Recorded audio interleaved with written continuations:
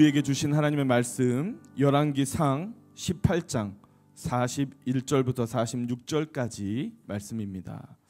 제가 한 절, 우리 성도님들이 한 절 이렇게 교독하겠습니다. 네, 제가 먼저 읽겠습니다. 엘리야가 아합에게 이르되 올라가서 먹고 마시소서, 큰 비 소리가 있나이다.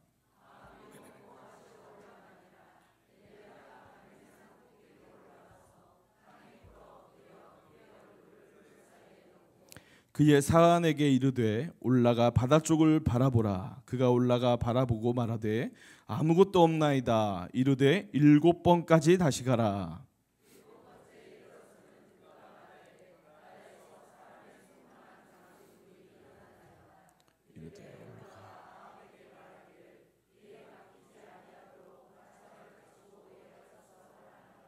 조금 후에 구름과 바람이 일어나서 하늘이 캄캄해지며 큰 비가 내리는지라. 아합이 마차를 타고 이스라엘로 가니 여호와의 능력이 엘리야에게 임하매 그가 허리를 동이고 이스라엘로 들어가는 곳까지 아합 앞에서 달려갔더라. 아멘. 할렐루야. 네. 여러분, 오늘 본문은 여러분 잘 아시는 말씀이죠. 많이 들어보셨고 또 많이 읽으셨고 많이 들으셨던 말씀입니다. 근데 제가 말씀을 준비하면서 아는 만큼 보이고 아는 만큼 누린다. 여러분, 요즘 아이들이 그 잘 보는 만화 중에 티니핑이라는 이 캐릭터가 나오는 만화가 있어요. 아마 꼬마 여자친구들은 다 알 텐데 100개가 넘는 캐릭터가 있습니다. 그 만화 안에 캐릭터의 숫자가 100개가 넘어요. 그래서 이 이름도 참 웃겨요. 뭐 하츄핑, 조아핑, 뚝딱핑, 뒤에다 핑자를 붙여가지고 핑핑거려요. 근데 신기한 건 아이들이요 다 아니까 그 캐릭터 한 명 한 명 보고 이름을 다 맞추는 거예요. 100개가 넘는데도.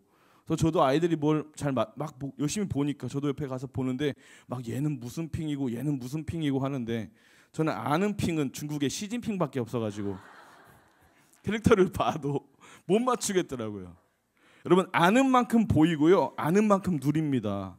하나님 말씀도 마찬가지죠. 아는 만큼 이 말씀의 깊이가 보이고 아는 만큼 그 말씀을 내가 누릴 수 있어요. 오늘 우리가 잘 아는 말씀이지만 오늘 이 예배 시간에 선포되는 말씀을 통해서 더 깊이 보고 더 많이 말씀을 누리는 우리 모두가 되기를 주님의 이름으로 축복합니다. 네, 오늘 본문을 보시면 갈멜산 예배전쟁에서 승리한 엘리야의 그 다음의 모습이 나옵니다. 이 엘리야를 통해서 이제는 3년 반 동안 극심한 가뭄을 하나님 이제 그치게 하셔요. 이제 비가 내릴 거야 말씀하시는 거죠. 오늘 본문의 내용을 보면 좀 쉽게 이야기로 쉽게 말하면 그런 거예요. 엘리야가 아합 왕에게 큰 비의 소리가 있습니다 그러면서 이제 큰 비가 내릴 거예요 라고 말합니다. 그리고 엘리야는 뭐 합니까? 갈멜산 꼭대기를 올라가서 몸을 굽혀 머리를 무릎 사이에 파묻고 기도해요. 여러분, 이거 자세 보셨습니까? 몸을 굽혀가지고 머리를 무릎 사이에 파묻는다. 저도 한번 따라해봤는데 안 돼요. 배가 나와가지고. 이게 쉬운 자세가 아닙니다. 엘리야가 이제 종에게 얘기하죠. 바다에 가서 한번 살펴봐라. 지금 비가 올 것 같냐? 네, 살펴본 종이 아무것도 안 보입니다. 그러죠. 이렇게 살펴보는 일이 7번이 되풀이됩니다. 그리고 7번째 종이 말하죠. 저기 먼 바다에 사람 손바닥만한 작은 구름 하나가 떠올랐습니다. 이렇게 이야기해요. 그 말을 듣자마자 엘리야가요 종에게 시킵니다.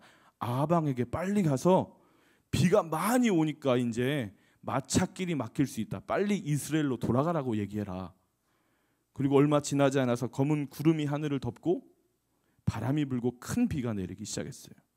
그리고 아합은 마차를 타고 이스라엘로 돌아가고 엘리야는 하나님의 큰 능력으로 아합 왕보다 그 마차보다 더 앞서서 달려갔다. 성경은 이렇게 이야기합니다. 오늘 이것이 본문의 내용입니다. 여러분, 우리가 예배전쟁, 제가 지난주 금요철야 때는 예배전쟁에서 어떻게 승리할까 이야기했습니다. 물론 기억들을 다 못하시니까 여기 앉으셔가지고 그런 설교를 하셨었나 하시겠지만 여러분, 유튜브가 있는 게 참 감사해요. 그죠? 기억이 안 나시면 돌려보세요. 오늘은 예배전쟁에서 승리하면 나타나는 현상을 이야기할 거예요. 자, 첫 번째, 예배전쟁에서 우리가 승리하면 담대함이 생깁니다. 자, 갈멜산 예배전쟁에서 승리한 엘리야의 가장 큰 변화가 뭐였냐면 담대함이었어요. 엘리야가요 아합 왕에게 이렇게 말하잖아요. 이제 비 옵니다. 그러니까 올라가서 먹고 마시세요. 그럽니다. 41절 볼까요? 엘리야가 아합에게 이르되 올라가서 먹고 마시소서, 큰 비의 소리가 있나이다. 이렇게 이야기해요. 여러분, 엘리야는 자신을 따르지도 않고 자신을 좋아하지도 않았던 이 아합 왕에게 당당하게 명령을 하는 거예요. 왕의 권력이 절대적이었던 이 시대에 왕에게 명령을 한다, 이것은 사실 말이 안 되는, 상상할 수 없는 일이죠. 더욱이 아합 왕은 하나님을 섬기는 왕이 아니었기 때문에 하나님의 선지자 엘리야를요 별로 선지자로 쳐주지 않아요. 별로 그 말을 신빙성을 두지 않아요. 하지만 이 갈멜산 예배 승리 이후에 아합 왕의 달라진 모습이 나와요. 41절 같이 읽어볼까요? 42절 시작. 아합이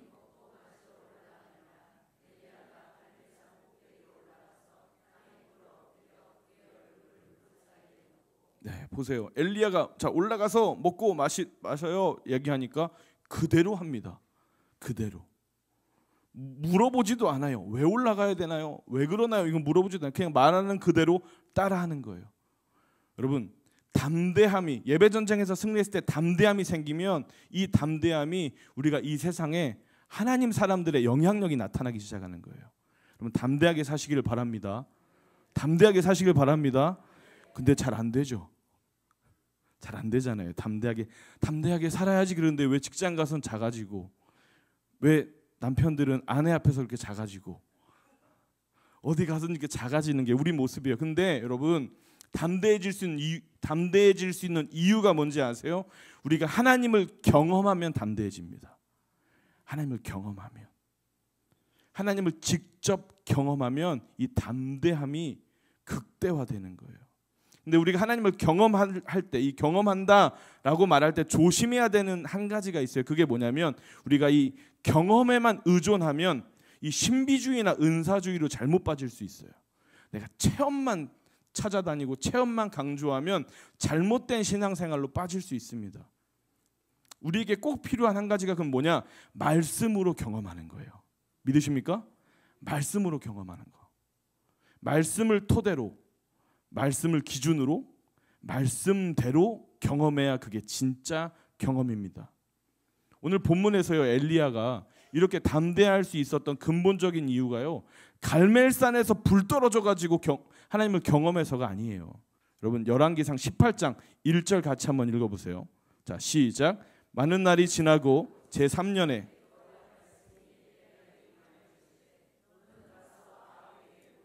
내가 비를 지면에 내리리라. 아멘. 하나님이 이미 말씀으로 비 올 거야라고 말씀하신 거예요.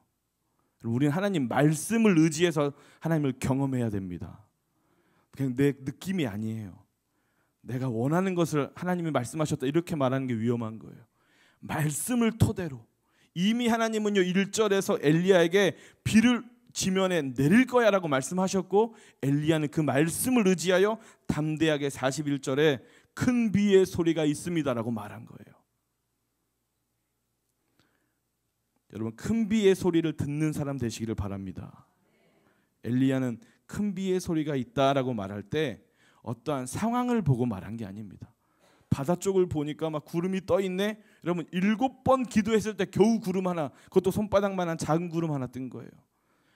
비바람이 분 것도 아니고요. 구름이 막 몰려온 것도 아니고요. 오늘 이 설교를 하려고 하니까 때마침 하나님이 비를 내리시잖아요, 밤에.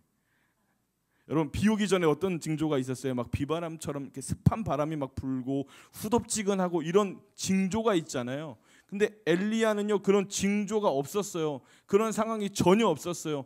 그냥 하나님 말씀하셨기 때문에 큰 비의 소리가 있습니다라고 말씀을 가지고 선포한 거예요.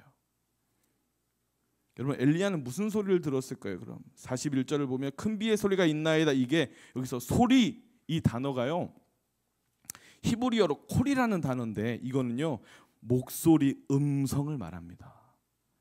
그러니까 상황이 말해주는 사운드가 아니고요, 하나님의 보이스를 들은 거예요.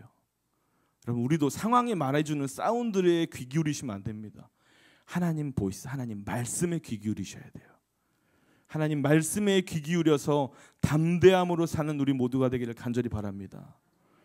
여러분 귀뚜라미는요 귀가 다리에 달려 있습니다. 여러분 잘 아시죠? 그래서 귀뚜라미는 다리를 뜯어버리면 소리를 못 들어요.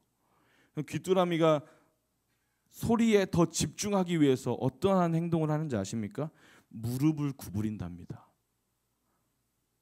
여러분 우리도 귀뚜라미처럼 하나님의 보이스에 더 집중하기 위해서 무릎을 구부려야 돼요. 기도해야 됩니다. 하나님이 원하시는 게 뭔지, 하나님이 뜻하시는 게 뭔지 무릎을 구부리고 엘리야처럼 몸을 굽혀 머리를 무릎 사이에 파묻고 하나님의 보이스를 들어야 돼요. 여러분 우리의 삶에 비구름 몰려오고 비바람 불어오지 않아도 어떠한 징조가 일어나지 않아도 여러분 우리는 하나님 말씀에 귀 기울이고 오늘도 큰 비의 소리를 들을 줄로 믿습니다. 두 번째입니다. 여러분 기도의 응답이 나타나기 시작합니다. 예배전장에서 승리하고 나면 기도의 응답이 나타나요. 우리가 멈추지 않고 기도할 수 있는 이유가 바로 이것입니다. 기도하면 응답이 나타납니다. 믿으십니까? 기도하면 하나님이 일하기 시작하시는 거예요. 여러분 열왕기상 18장 43절 보면 그의 사환에게 이르되 올라가 바다 쪽을 바라보라. 그가 올라가 바라보고 말하되 아무것도 없나이다. 이르되 7번까지 다시 가라 그러죠. 엘리야는 7번을 반복적으로 확인하면서 기도하는 거예요. 이게 어떻게 보면 간절한 기도, 끈질긴 기도라고 말할 수 있겠죠. 여러분 응답받는 기도하는 방법, 기도해서 응답받는 방법 간단합니다. 응답될 때까지 기도하시면 돼요. 끈질기게 끝까지 기도하면 하나님 반드시 응답하십니다. 믿으십니까? 물론 우리가 상상하지 못했던 방법으로 하나님 응답하시지만 하나님은요 응답하셔요. 자녀의 부르짖는 소리 모른 척하지 않으십니다. 근데 우리는요 기도하다가 너무나 쉽게 절망해요. 너무나 쉽게 포기합니다.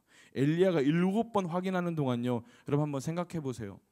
6번째까지는 어떤 마음이 들었겠습니까? 절망되지 않았겠어요? 실망하지 않았겠어요? 아니 하늘에서 불이 그렇게 떨어졌는데 이제 비 온다고 큰 소리 떵떵 쳐놨는데 구름 하나 없네. 6번째까지 확인해도 아무리 멀리 내다봐도 비 올 기미가 전혀 없는 거예요. 어떤 생각했을까요? 비 안 오나? 내가 잘못 들었나? 비 안 오면 어떡하지? 아합이 날 가만두려나? 두려움도 막 몰려왔겠고 실망감도 몰려왔겠고 별별 생각 다 했을 겁니다. 그만해야 되나? 기도 멈춰야 되나?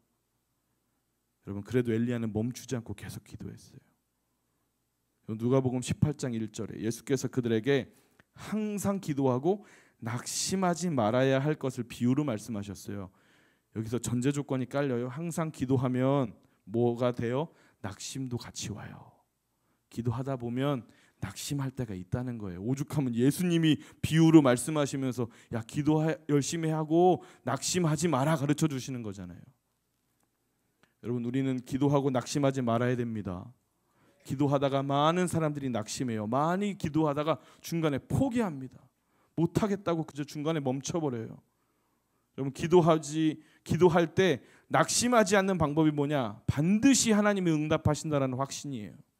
우리가 부르짖으면 하나님 반드시 응답하신다. 여러분 그 믿음 가지고 기도하시길 바랍니다. 기도가 응답되면 가장 놀라는 사람이 누군지 아십니까? 기도한 사람이에요. 응답되네? 여러분 이거 믿음 없는 거예요. 내가 기도해놓고 이거 응답되네? 여러분 기도하는 사람은 응답되는 게 당연하다고 생각하고 기도하시는 거예요. 그게 믿음이에요. 내가 부르짖었어, 내가 구했어, 내가 기도했어. 그러면 하나님이 반드시 응답하시고 그것이 응답되었을 때 당연하다. 역시 나의 하나님 이렇게 반응해야 됩니다. 기도하고 놀라지 않으시길 바랍니다. 많은 사람들이 자기가 기도해놓고 이것도 응답되나? 예전에 이런 이야기 있잖아요. 너무 비가 안 오는 어떤 동네에서 교회에서 모여가지고 비 오게 해달라고 기도했대요. 근데 딱 한 명, 어린아이 한 명이 우산 들고 갔답니다. 그 믿음 있는 거잖아요. 그죠? 아무도 우산 안 들고 갔는데 어린아이 한 명만 우산 들고 기도하러 갔답니다. 여러분 우리 그런 어린아이 됩시다. 순전한 마음으로 기도하면 즉시 응답하신다. 기도하면 하나님 반응하신다. 기도하면 하나님이 들어주신다. 그런 믿음의 확신으로 부르짖고 기도하기를 바랍니다. 여러분, 기도는 어떻게 해야 될까요? 기도에 응답이 나타나는데, 반드시 기도가 응답되는데, 여러분 기도 어떻게 하시겠습니까? 우리 기도를요 구체적으로 하셔야 돼요. 우리가 너무 추상적으로 기도합니다. 어떤 분들은 기도 막 시작하면 주여 한 다음에 하나님 아시죠? 그리고 기도를 더 이상 안 하세요. 그분은 다 아시는데 뭐하러 더 구합니까? 아시죠? 하나님 아시죠? 근데 어쩌라고요? 하나님 아시는데. 여러분, 기도를요 추상적으로 하시면 안 돼요. 우리는 큰 기도하잖아요, 그죠? 그냥 하루하루 먹고 사는 기도 안 하잖아요. 하나님의 나라, 아버지의 뜻을 위해서 우리 기도하잖아요. 근데 이 하나님의 나라와 아버지의 뜻을 위해서 기도할 때 이 큰 틀 안에서 그것을 어떻게 이루어 가야 할지를 구체적으로 기도하셔야 돼요. 구체적으로 기도하고 응답받으라면, 여러분 오해하시는 부분이 있어요. 어떤 분들은 하나님의 음성을 막 직통계시로 막 들었다고 하는 분들도 있어요. 우리 교회는 안 계시지만, 예를 들어 막 여기로 가라, 뭐 누구 만나라, 어떤 행동해라, 이런 직통계시로 귀에다 때려박으면서 하나님이 말씀하시는 분이 아니에요. 그럼 잘 들으세요. 우리가 기도 잘못하면 직통계시 받은 사람처럼 하나님 이렇게 하라 그랬어요, 하나님 저렇게 하라 그랬어요. 하나님 그렇게 일 안 하십니다. 이미 이 하나님 말씀으로 우리에게 다 계시하셨습니다. 다른 잘못된 거 따라가시면 안 돼요. 그럼 제가 대학원 다닐 때 같이 공부하던 어떤 전도사님 한 분이 계셨는데, 이분이 하나님 음성 듣기를 잘못 배운 거예요, 어디서. 그래가지고 정말 사소한 거 하나하나까지 다 음성으로 들려주시는, 부러워요 그런 분. 다 들려주신대요. 어느 날은 아침에 학교에 갔는데 이분이 책을 한 20권 이상 사와가지고 학우들에게 막 나눠주는 거예요. 막 편지까지 다 써가지고. 아니 왜 그런가 했더니 하나님이 학우들에게 책 나눠주라 그랬대요, 사가지고. 그리고서 한 몇 주 동안은 점심을 굶더라고요, 돈이 없어가지고. 그래서 제가 생각했어요, 이건 진짜 하나님 뜻인가? 아니면 자신의 음성이었나, 하나님의 음성이었나? 여러분, 하나님은요 그렇게 일하시는 분 아니에요. 막 우리 거 막 탈탈 털어가지고 야 너 3주 동안 굶어, 그리고 막 나눠줘. 하나님 그런 방법으로 일하시지 않아요. 여러분, 하나님 어떻게 일하실까요? 어떻게 응답하실까요? 막 귀에다가 막 왼쪽으로 가라, 오른쪽으로 가라, 그런 게 아니라 하나님은요 우리의 상황과 환경을 통해서 일하시는 거예요. 우리 주변의 사람들, 믿음의 사람들을 통해서 때론 나의 마음을 움직여 주시고, 하나님 그렇게 역사하시는 거예요. 믿으십니까? 하나님 음성 듣는다 하니까 막 자꾸 귀 기울이고 어디다가 소리 듣고 그런 게 아니라 우리의 상황과 환경을 통해서 하나님의 믿음의 사람들을 통해서 응답하시고, 때론 나의 마음을 움직여서 응답하시고, 내 마음에 성령의 감동을 주셔서 일하시는 거예요. 여러분, 제가 몇 주 전에 저는 교회에서 이렇게 점심 먹는데 오합이 아이들하고 같이 밥 먹잖아요. 점심을 먹는데 이렇게 줄 서 있었어요, 애들하고 같이. 저도 목사라고 비켜 해서 1등으로 먹는 게 아니고 저도 똑같이 줄을 서요. 그래서 뒤에 맨 뒤에 줄을 서 있는데 오합이 선생님 한 분이 이렇게 나중에 오시더라고요. 그래서 얼굴을 보는데 무척 피곤해 보이셔요. 막 힘들었겠죠, 수업하시니까. 그래서 제가 그래도 우리 오합이 선생님들이 참 대단하십니다, 위로하고 막 격려하고 응원하고 막 칭찬하고 그랬어요. 근데 제가 나중에 들었는데 그날 너무 힘드셔서 막 오합이 선생님들이 오전에 같이 회의하다 다 같이 우셨대요. 근데 제가 그건 좀 모르잖아요. 저는 오합이 회의를 안 들어가니까. 근데 그날 제 입을 통해서 하나님이 그렇게 위로하시고 그분에게 응답을 하신 거예요. 여러분, 하나님은 이렇게 일하시는 거예요. 제가 하나님 음성 듣고 했겠어요? 위로해라 이거 좀 못 들어요. 저는 그런 영적인 사람 아닌가 봐요. 저는 안 들려요, 아무리 해도. 저에게 마음의 감동을 주시는 거예요. 위로하고 칭찬하고 격려하고 응원하고 싶네. 갑자기 마음을 하나님 주셔서 제가 막 위로하고 칭찬했더니 그 선생님이 나중에 너무 놀라서 저희 아내한테 물어봤대요. 목사님한테 그새 가서 일렀어요? 그리고 저희 아내 그런 얘기 잘 안 하거든요. 잠자기 전에 제가 자고 있어도 옆에서 얘기하고 있어요. 잘 못 들어요. 그래서 제가, 여러분, 하나님은 이렇게 일하시는 거예요. 우리의 마음을 움직여 주시고 다른 사람들의 입을 통해서, 상황과 환경을 통해서 하나님 이끌어 가시는 거예요. 그래서 우리는 사소한 것 구체적으로 기도하면 하나님의 상황과 환경을 통해서, 사람을 통해서 응답하십니다. 또 우리 마음에 감동을 주셔서 성령의 감동으로 말하게 하시는 거예요. 우리 귀에다 대고 하나님은 막 아바타 부리듯이 우리 조종하고 그런 분 아닙니다. 여러분 잘 기억하세요. 구체적으로 기도하시되 하나님의 상황과 환경을 통해서 응답하신다. 그 믿음으로 기도하시길 바라요. 여러분, 우리는 이 땅에서도 이미 응답을 약속받았습니다. 믿으십니까? 기도하면 우리가 너무 영적인 것으로만 생각해서 영적인 세계에서만 응답되나, 보이지 않는 세계에서만 응답되나 이렇게 생각하세요. 여러분, 기도해서 응답받는 것이 이 땅에서도 이루어집니다. 믿음으로 기도하시길 바라요. 이 땅에서도 하나님이 기도 응답하십니다. 제가 이 설교 준비하다가 옥하는 목사님이 거의 한 3, 40년 전에 설교하신 어떤 영상이 하나 있더라고요. 거기서 보니까 옥하는 목사님이 이런 얘기 하세요. 하나님이 이 땅에서도 응답하시는데 무엇이든지 얼마든지 응답하신다 그러더라고요. 또 제가 이게 뭔 소린가 하고 이 불러주시는 말씀을 찾아보니까 요한복음 14장 14절 같이 읽어볼까요? 시작. 내 이름으로 무엇이든지 내게 구하면 내가 행하리라. 무엇이든지 응답하신다고 약속하셨어요. 또 고린도후서 1장 20절 시작. 하나님의 약속은 얼마든지 그리스도 안에서 예가 되니 그런즉 그로 말미암아 우리가 아멘하여 하나님께 영광을 돌리게 되니라. 하나님이 약속하셨어요. 얼마든지 응답하시겠다고. 그러면 우리에게 무엇이든지 얼마든지 하나님이 이 땅에서 이미 약속해 주셨습니다. 구하십시오. 기도하세요. 우리 삶에 왜 엄청난 역사가 안 일어나고 하나님의 손길이 왜 안 느껴질까요? 우리 기도가 점점 메말라가고 있는 거예요. 여러분, 금요철에 오실 정도 되면 다 큰 믿음의 사람들이니까 제가 대놓고 얘기할게요. 요즘 기도의 집에 기도하는 사람들이 줄어갑니다. 우리가 예배하는 것도 중요하지만 여러분, 이 자리에서 기도로 쌓아가는 것도 중요해요. 우리 힘을 냅시다. 하나님 우리에게 주신 부르심이 뭐예요?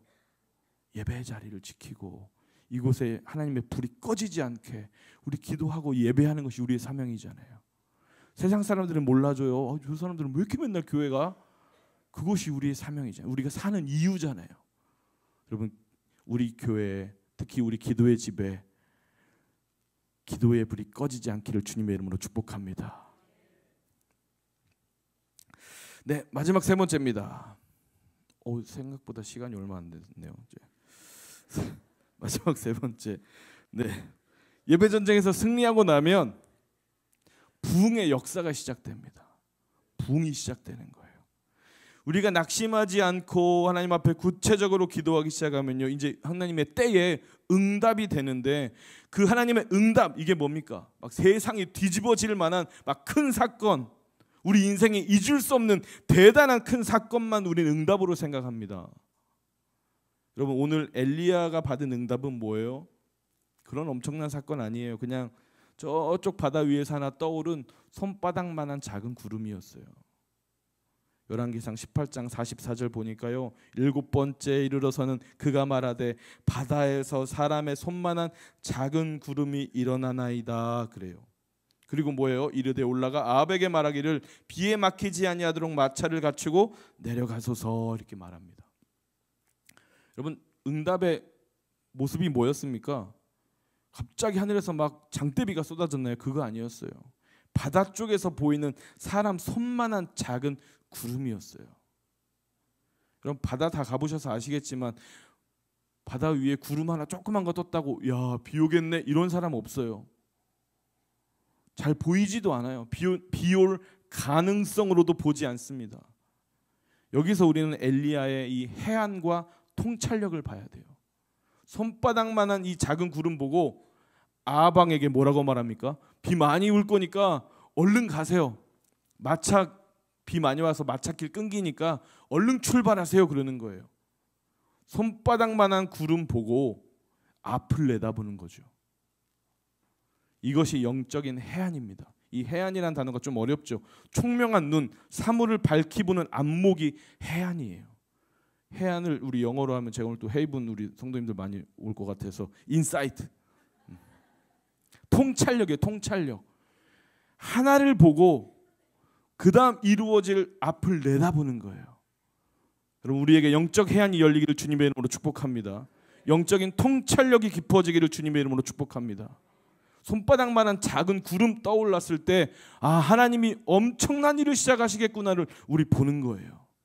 그리고 그것을 위해 기도하고 그것을 우리가 이루어내는 거예요. 믿음의 사람들은요, 보는 것이 다른 사람들입니다. 남들하고 똑같이 보는 거 아니에요. 바다 위에 떠 있는 손만한 작은 구름 보고도 큰 비를 보는 사람들이 우리인 줄로 믿습니다. 손바닥만한 작은 구름을 시작으로 이제 큰 비가 내리죠. 3년 반 동안 비 한 방울도 내리지 않던 그 땅에 비가 내리기 시작하는 거예요. 모든 것이 마르고 죽어가는 그곳에서 다시 살리는 비가 내리기 시작한 거예요. 이것이 바로 부흥입니다. 다시 살리시는 은혜. 메마른 우리의 삶에 하나님 부어주시는 은혜의 비가 내리기를 주님의 이름으로 축복합니다. 마른 땅을 살리는 이 비는요, 부흥의 절대 조건이에요. 다시 살리는 비가 내릴 때 부흥이 시작됩니다. 여러분, 부흥의 구름이 우리에게 몰려오고 있습니다. 믿으십니까? 우리는요, 끊임없이 예배하고 끊임없이 은혜의 비를 구하고 있어요. 때로는 우리가 이 부르짖고 기도하는 것이 너무나 힘들고 지쳐서 손바닥만한 구름 보고 때로는 실망하고 때로는 서운하고 때로는 절망할 수도 있어요. 하지만 하나님의 약속은 변하지 않습니다. 우리가 흔들리는 거지 하나님이 흔들리시는 게 아니에요. 여러분, 3년 반의 이 가뭄, 어떻게 보면 우리 삶에 종종 찾아오는 가뭄 같아요. 이게 너무 자주 찾아와서 힘들지, 그죠? 가뭄이 참 우리 인생이, 우리 가정이, 우리 직장이, 우리 사업이, 우리 일터가 너무 바싹 말라서, 그래서 어떻게 합니까? 여러분, 기도거리가 생기잖아요. 기도 안 할 수가 없잖아요. 염려하게 만드는 일들, 근심하게 만드는 일들, 지금 우리가요, 모든 인생 살아가는 게 다 염려거리고 근심거리고 고민거리입니다. 여러분, 우리가 이렇게 메마른 이유가 뭔지 아세요? 우리가 기도에 대한 사모함을 가지라는 하나님의 사인입니다. 지금 기도해, 기도할 때야, 기도해야 돼 라고 말씀하시는 하나님의 사인이에요. 여러분, 우리가 기도를 시작하면 이 갈증과 가뭄을 해소하고도 남을 부흥의 구름이 몰려올 줄로 믿습니다. 비구름이 몰려오기 시작하는 거예요. 여러분, 기도하는데 왜 은혜의 비를 듬뿍 맞지 못할까요? 손바닥만한 구름만 보고 포기하는 거예요. 야, 저거 안 되겠는데? 내가 기도했는데 저거 하나 나타났네. 손바닥만한 작은 구름. 조금의 가능성도 없어 보이는 그런 응답을 보고 자꾸 넘어지죠. 아니, 내가 7번도 넘게 기도했는데 내 눈앞에 보이는 거는 손바닥만한 작은 구름이에요. 그래서 실망하고 좌절하고 하나님께 섭섭해하면서 많은 사람들이 기도를 멈춥니다. 해봤더니 안 돼. 열심히 기도했는데 응답이 안 돼. 다른 집사님은, 다른 권사님은, 다른 장로님은 막 기도만 하면 응답된다는데 나는 응답이 안 돼. 그러면서 기도를 멈춰요. 기도를 멈추니까 구름도 멈추고 비도 멈추는 거예요. 여러분, 에베소서 6장 18절 같이 한번 읽어볼까요? 시작. 모든 기도와 간구를 하되.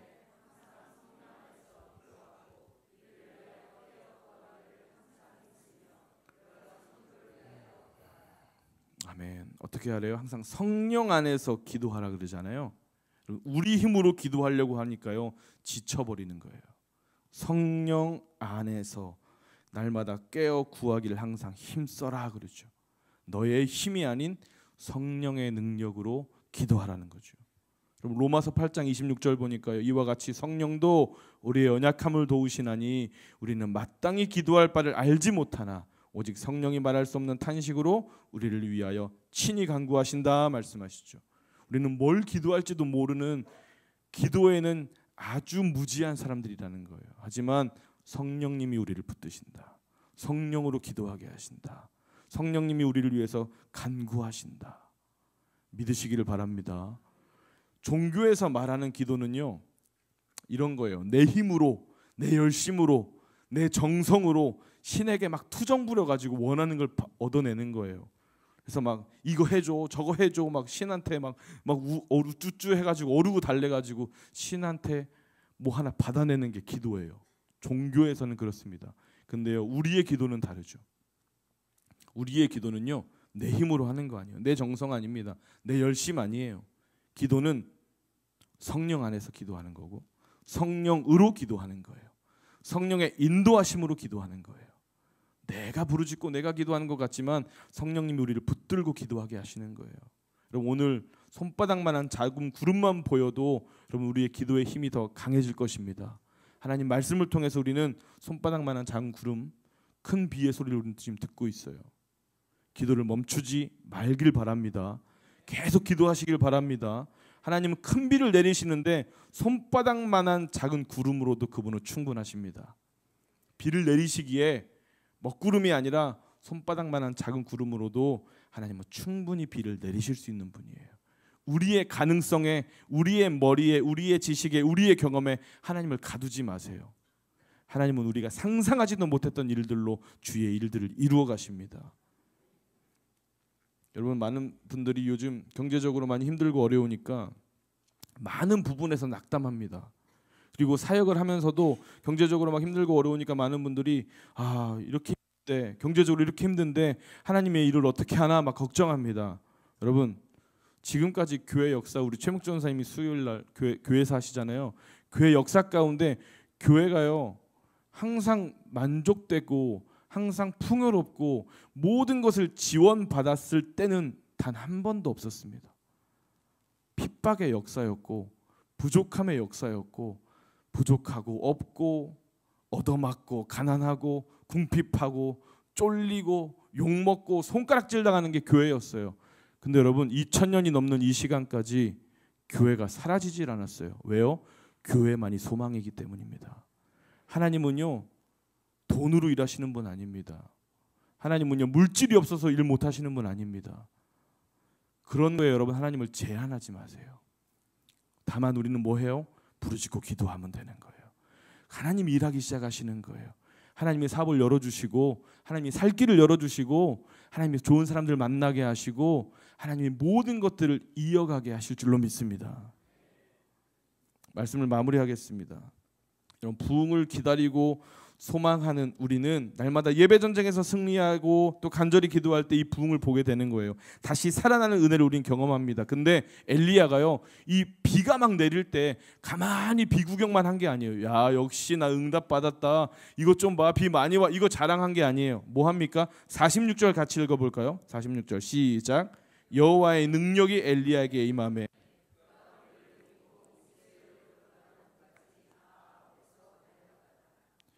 여호와의 능력이 엘리야에게 임했습니다. 이걸 다시 깊이 보면 성령의 역사하심이 엘리야에게 시작된 거예요. 성령의 능력이 엘리야에게 주어진 거예요. 그래서 어떤 일이 일어납니까? 달려가기 시작해요. 갈멜산에서 이스라엘까지 달려갔는데 거기가 키로수로 한 30km 정도 됩니다. 근데 아합은 마차를 타고 떠났고 그 뒤를 엘리야가 비 맞으면서 아합의 마차보다 더 빨리 달렸다고 성경은 이야기해요. 46절 다시 한번 띄워주세요. 여호와의 능력이 엘리야에게 임하매 아합 앞에서 달렸다라고 이야기하죠. 여러분, 이게 뭡니까? 뭐 달리기를 얼마나 빨랐길래 마차보다 빨리 뛰냐 뭐 이렇게 얘기할 수도 있지만, 여러분, 부흥의 사람, 기도하는 사람은요 하나님이 앞서가게 하십니다. 믿으십니까? 세상의 마차보다 하나님이 앞서가게 하시는 거예요. 우리 다음 세대들 잘 들으세요. 지금 여러분들이 열심히 공부하고 노력하고 애쓰지만 항상 느끼는 게 뭐예요? 뒤처진 것 같죠? 내가 다른 사람들보다 더 뒤처진 거 아니야? 항상 그 생각하죠. 여러분, 기도하는 사람, 하나님의 자녀는 성령의 능력이 부어졌을 때 하나님이 앞서가게 하십니다. 믿으시기를 바랍니다. 세상의 소리 듣지 마세요. 세상의 것 보지 마세요. 세상에 마차, 달려가는 마차 보고 우와 저거 진짜 좋겠다 부러워하지 마세요. 여러분, 우리는 큰 비의 소리만 들으면 됩니다. 그리고 손바닥만한 작은 부흥의 구름을 보면 되고, 우리가 그 은혜의 비를 맞을 때 성령님께서 우리를 붙드셔서 하나님이 앞서가게 하신다는 거예요. 여러분, 예배 전쟁에서 승리하면 결론이 이거예요. 하나님의 주권이 회복되고요, 기도가 회복되고 부흥이 시작됩니다. 여러분, 이 예배 전쟁, 여러분 우리는 반드시 승리할 줄로 믿습니다. 아니, 이미 승리한 줄로 믿습니다.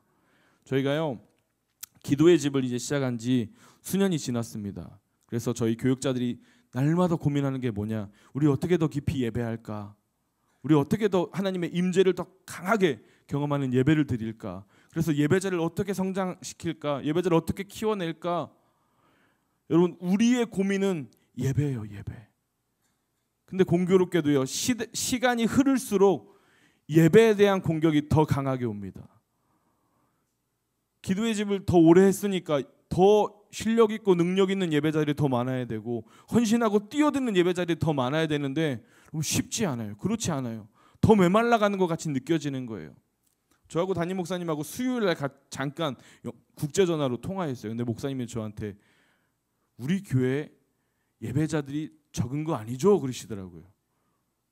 그래서 제가 한번 고민해봤어요. 우리 교회 예배자가 적은가 많은가? 어느 교회보다 우리 교회는 예배자가 많습니다. 근데 그에 비해 예배도 많죠. 예배가 쉬지 않으니까 예배도 많잖아요. 여러분, 우리는요 지금 이 방향성을요 제대로 잡고 가는 거예요. 교회는 예배가 살아 있어야 됩니다. 교회는 예배 드리는 데예요. 교회에서 뭐 합니까? 예배 드려야죠. 이곳은 주님을 위한 자리예요. 이 교회는 하나님 한 분만을 위한 공간이고 이 자리예요. 그럼 우린 뭐 합니까? 우린 예배에 목숨 거는 거예요. 자녀들을 키워도 예배자로 키우는 거예요. 그렇다고 교회에서 다 사역자라는 얘기가 아닙니다. 예배는 기본이요. 실력을 갖춰서 세상에서도 빛나야죠. 근데 예배가 기본이 안 되면 세상에서 아무리 빛나도 그 빛나는 영광이 오래 가지 못하더라는 거예요. 순식간에 잠깐 반짝은 할 수 있어도 영원한 빛남은 안 된다는 거예요. 여러분, 우리 예배 목숨 걸어야 됩니다. 이 마지막 때는요 예배를 자꾸 방해합니다. 예배자들을 자꾸 주저앉게 만들고요, 예배 못 드리게 만들고요, 예배할 때 주저하게 만들고 예배의 자리를 자꾸 패하게 만드는 시대예요. 여러분, 우리 예배 목숨 걸길 바랍니다. 예배 전쟁 우린 이미 승리했습니다. 쉬지 않는 이 끊임없는 이 예배를 통해서 하나님이 이미 기뻐하신 줄로 믿습니다. 하나님이 이미 우리를 인정하신 줄로 믿습니다. 그분의 계획에 이미 우리 교회가 들어가 있는 줄로 믿습니다. 그렇다면 우리 이제 뭐 해야 됩니까? 스가랴 10장 1절 마지막 말씀입니다. 예배팀 나오세요. 같이 한번 읽어봅시다. 스가랴 10장 1절 말씀. 네, 같이 읽어볼까요? 시작. 봄비가 올 때 여호와 곧 구름을 일게 하시는 여호와께 비를 구하라. 무리에게 소낙비를 내려서 밭의 채소를 각 사람에게 주시리라. 아멘. 여러분, 우리 삶에 봄비가 내리고 있을 때 여호와께 더 큰 비를 구하는 거예요. 근데 우리 비를 왜 구합니까? 우리의 밭의 채소를 각 사람에게 막 나눠주라는 거예요. 우리의 예배를 통해서 우리 주변의 사람들을 살리라는 거예요. 우리에게 주시는 주님의 그 은혜를 통해서 우리 주변에 죽어가는 영혼들을 살리라는 거예요. 여러분, 예배는 하나님을 높이는 거고 예배를 통해서 하나님의 큰 비가 우리에게 넘치게 될 줄로 믿습니다. 바싹 마른 대지를 살리는 큰 비가 오늘 기도하는 우리에게 넘치게 될 것을 주님의 이름으로 선포합니다. 은혜의 비로 다시 살리는 부흥을 경험하는 오늘 이 밤이 되기를 주님의 이름으로 축복합니다. 네, 우리 아까 했던 찬양 있죠? 은혜의 비.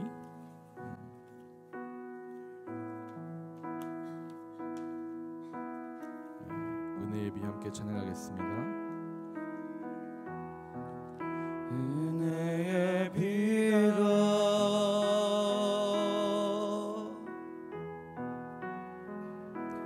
내리네. 모든 수치심 모든 허물 씻겨지네.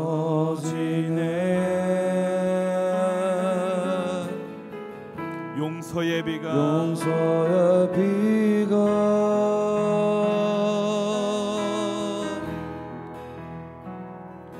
흐르네. 죄악에 물든 마음 주가 품으셨네. 그러므로 예수 안에 있는 자 정죄함 없으니 예수 안에 있는 생명의 능력이 나를 해방하였네.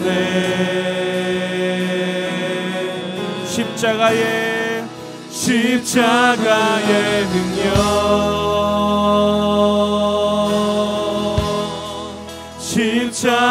십자가의 사랑 그 능력으로 다시 일어나 나 사랑하리.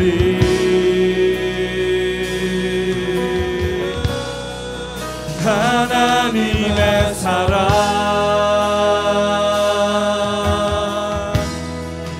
아버지의 마음 그 아들 통해 보이셨네. 다 이루셨네. 그러므로 예수 안에 있는 자, 그러므로 예수 안에 있는 자 정죄함 없으니.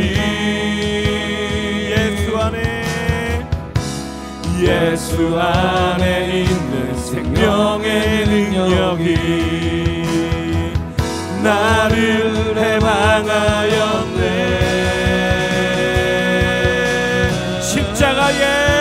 십자가의 능력, 아멘. 십자가의 사랑 그 능력으로 다시 일어날 것입니다. 그 능력으로 다시 일어나 나 사랑하리.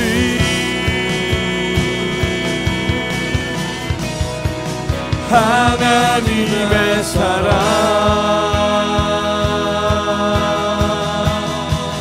아버지의 마음 그 아들 통해 보이셨네.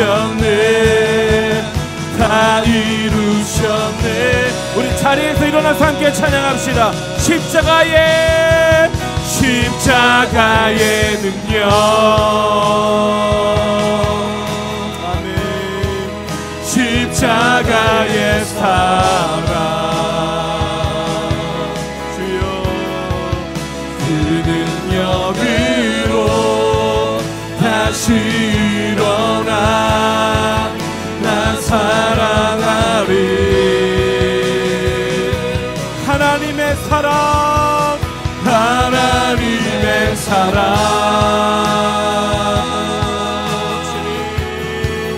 아버지의 마음 그 아들 통해 보이셨네. 다 이루셨네. 우리 한 번 더 찬양합시다. 십자가의 능력, 십자가의 능력 주여 은혜의 비를 부어 주옵소서. 십자가의 사랑 부어 주옵소서. 그 능력으로 다시 일어나 나 사랑하리.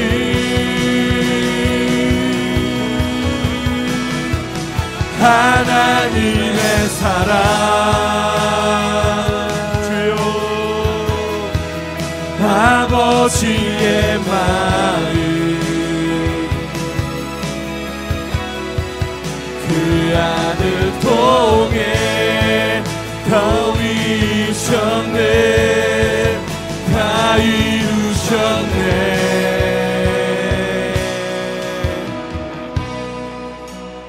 여러분, 예배자로 산다는 것, 하나님 앞에 날마다 기도하며 이 기도의 집을 지킨다는 거, 이거 쉬운 일 아닙니다. 여러분, 이거 엄청난 대가를 지불해야 되는 일이에요. 여러분, 우리가 우리의 힘이라면 불가능하지만 오늘 이 밤에 성령의 능력이, 십자가의 능력이 우리를 감당케 할 줄로 믿습니다. 최근에 우리 기도의 집을 막 섬기는 어떤 한 청소년부 한 친구가 건반을 너무 많이 쳐가지고 손목이 많이 안 좋다는 얘기를 들었어요. 저도 그 이야기 듣는데 제 가슴이 참 아프더라고요. 왜 그러냐면 저도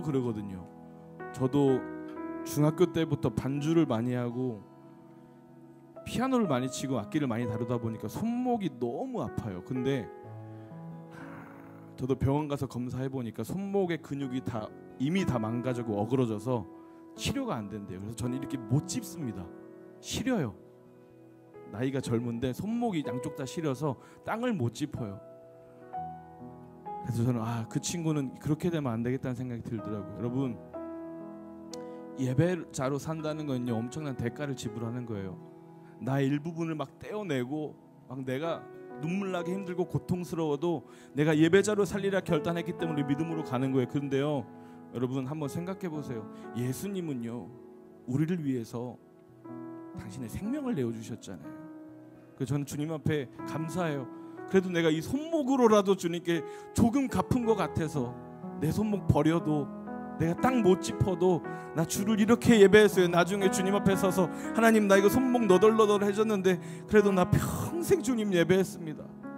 이렇게 자랑할 수 있을 것 같아서 저 어떻게 보면 감사해요. 여러분, 예배자로 산다는 건 엄청난 대가를 지불하는 거지만 여러분, 우리는 그 길을 가야 될 줄로 믿습니다.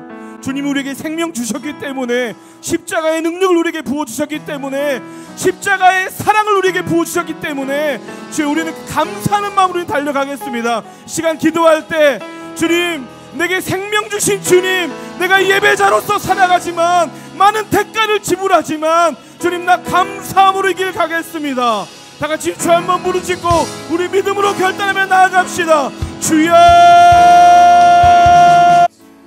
오늘 들었던 이 말씀이 듣는 말씀에서 끝나지 않고 여러분들의 삶에 살아내는 말씀으로 생명력 있는 말씀이 될 수 있기를 주님의 이름으로 다시 한번 축복합니다.